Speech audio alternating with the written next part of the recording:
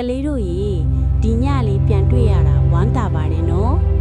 အဖွားကဒီညမှာတော့လူသမိုင်းမှာမရှိမဖြစ်လို့အသုံးပြုကြတဲ့အရာတစ်ခုကိုပြောပြဖို့ပြင်ဆင်ထားပါတယ်အဖွားလက်ထဲကလက်စွပ်လေးကိုဘာကြောင့်လူတွေလက်ထက်ရင်အသုံးပြုကြတယ်လို့ထင်ပါတယ်လေကလေးတို့ရေဒီလက်စွပ်လေးဟာရိုးရှင်းပေမဲ့အံ့ဩဖွယ်သမိုင်းတစ်ခုလုံးကိုဖမ်းထားတယ်နော်အရင်ခေတ်မှာလူတွေကလက်စွပ်ကိုတပ်ဆင်တာဟာအလှအပအတွက်တာမဟုတ်ဘူးအာနာကိုဖော်ပြဖို့တစ္ဆာနဲ့ချစ်ချင်းကိုပြသဖို့လေဖြစ်ခဲ့တာပါပဲအီဂျစ်လူမျိုးတွေကလက်စွပ်ကိုနတ်ပြည်တွင်နဲ့ချိတ်ဆက်ဖို့ကာကွယ်အရာများအဖြစ်နဲ့အာနာပြသရန်အသုံးပြုကြပြီးရွှေနဲ့မနီများစွာနတ်ပညာဆိုင်ရာသင်္ကေတတွေထည့်သွင်းကအလှဆင်ခဲ့ကြတာပါပဲမြေကြီးနောက်ခံအလိုက်ရွှေလာပစ်ထာကွိုက်စတဲ့ကြောင်းမြတ်ရတနာဖြင့်အီဂျစ်မှာလက်စွပ်များထိတ်တန်းအလှတရားအဖြစ်တွေ့ရသည်ဟုအာမခံချက်များရှိခဲ့ပါတယ်နော်ရှေးခေတ်မှာလူတွေကတစ်တုပ်ကြောင်းနဲ့လက်စွပ်ကိုကိုယ်ပိုင်အမှတ်တန်အနေနဲ့အသုံးပြုခဲ့ကြတယ်အဲ့ဒီလက်စွပ်ထဲက scarab လို့အမှတ်တန်တွေကသူတို့ကိုကာကွယ်ပေးမယ်လို့ယုံကြည်ကြတာပါအဲ့ဒီလက်စွပ်တွေဟာသမိုင်းနဲ့ချိတ်ဆက်ထားတာပေါ့လက်ထဲကိုဆွဲထားရင်အစင်လာ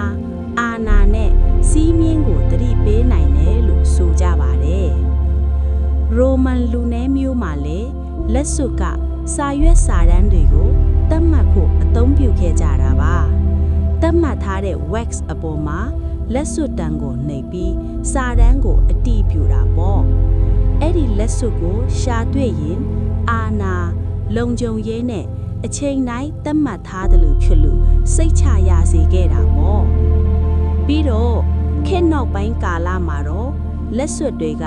ချစ်ချင်းစကားသစ္စာတွေကိုပြသဖို့အသုံးပြုလာကြတယ် Posy rings လို့ခေါ်တဲ့လက်စွပ်တွေကအတွင်းစကားများအချစ်စာတွေကိုထည့်သွင်းထားတာပေါ့အချစ်ကိုလက်ထဲမှာဖမ်းထားနိုင်တာနဲ့တူတူတမိုင်းကိုလည်းချိတ်ဆက်ထားတာပါကလေးတို့ရေဂွမ်းစိန်တွေ engagement rings တွေကခေတ်နောက်ပိုင်းကလူတုံးအချစ်သင်္ကေတအထည်ဖြစ်လာခဲ့တာပေါ့ Archduke Maximilian က Mary of Burgundy ကိုလက်စွပ်ပေးခဲ့တဲ့မှတ်တမ်းနဲ့ DBS က A diamond is forever ဆိုပြီးဈေးကွက်ထဲမှာလူသိရှင်ကြားဖြစ်လာစေခဲ့တာပေါ့ဒီလက်စွပ်တိုင်းမှာအချက်ချင်းနဲ့တမိုင်းကိုလက်တွေ့ခံစားနိုင်တယ်လို့လက်စွပ်ဟာအလှအပကိုသာမဟုတ်အစမ်းမရှိချစ်မှတ်နာဂတိကဝိနဲ့နှစ်ဦးသားပေါင်းတီးခြင်းကိုကိုစားပြုသည့်ခိုင်မာသောအချစ်တင်ကေတာဖို့သည်ဟုအသတိပဲတက်မြောက်ခြင်းမှာလာစပါတယ်ဒါကြောင့်လက်စွပ်တစ်လက်ကအလှအပကိုသာမဟုတ်အာနာအချစ်တစ္ဆာတမိုင်းစီးမြင်းအားလုံးကိုထည့်သွင်းထားတာမို့လို့မင်းတို့လက်ထဲကလက်စွပ်လေးကိုကြည့်ပြီးအဖွားဖြိုးလေပုံမြင်တွေကိုတတိရပါနော်တခုချင်းနောက်ကအရာတစ်ခုခုရှိတာ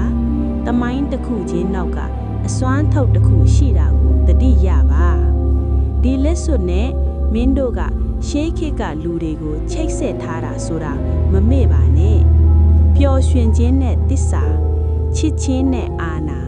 အားလုံးကိုလက်သေးထည့်ထားတာလို့ပြောရင်အဆုံးသတ်ပါတော့နော်အခုလိုအဖွားပြောရဲ့ပုံမြင်တွေကိုနားထောင်နိုင်ဖို့ like and subscribe လုပ်ကြပါစို့နော်